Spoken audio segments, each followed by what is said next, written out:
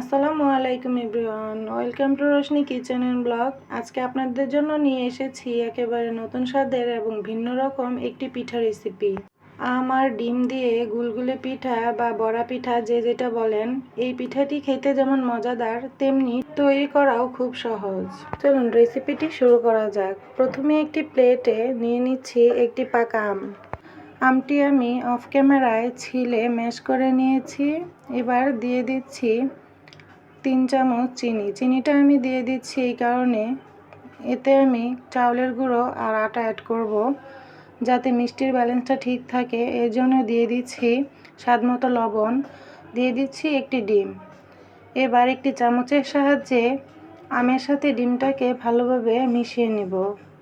মেশানো হয়ে গেলে এখানে আমি দিয়ে দিচ্ছি জাল করে রাখা গরুর দুধ। এখানে আপনারা গুঁড়া দুধটাও দিতে পারেন, আমি গরুর দুধটাই দিয়েছি। এবার দুধটাকেও আমের সাথে মিলিয়ে নিয়েছি।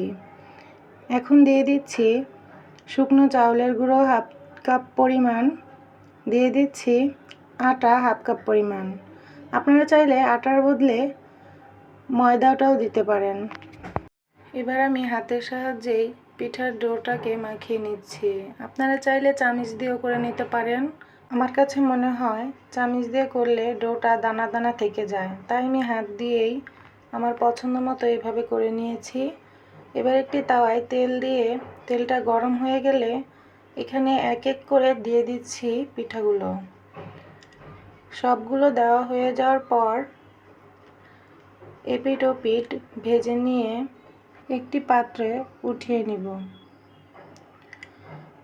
আমি এইভাবে ব্রাউন করে ভেজে নিয়ে উঠিয়ে নিয়েছি।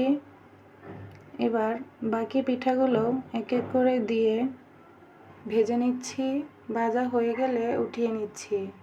এই তো দেখুন আমার সবগুলো পিঠাই কতটা লোভনীয় লাগছে দেখতে।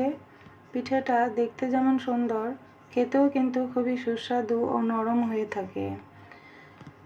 একটি ভেঙে দেখাচ্ছি, দেখুন ভিতরটা কতটা সফট হয়েছে, পোয়া পিঠার মতো। ভিডিওটি যদি আপনাদের ভালো লেগে থাকে অবশ্যই চ্যানেলটি সাবস্ক্রাইব করে পাশে থাকবেন। সবাই সুস্থ ও ভালো থাকবেন। আল্লাহ হাফেজ।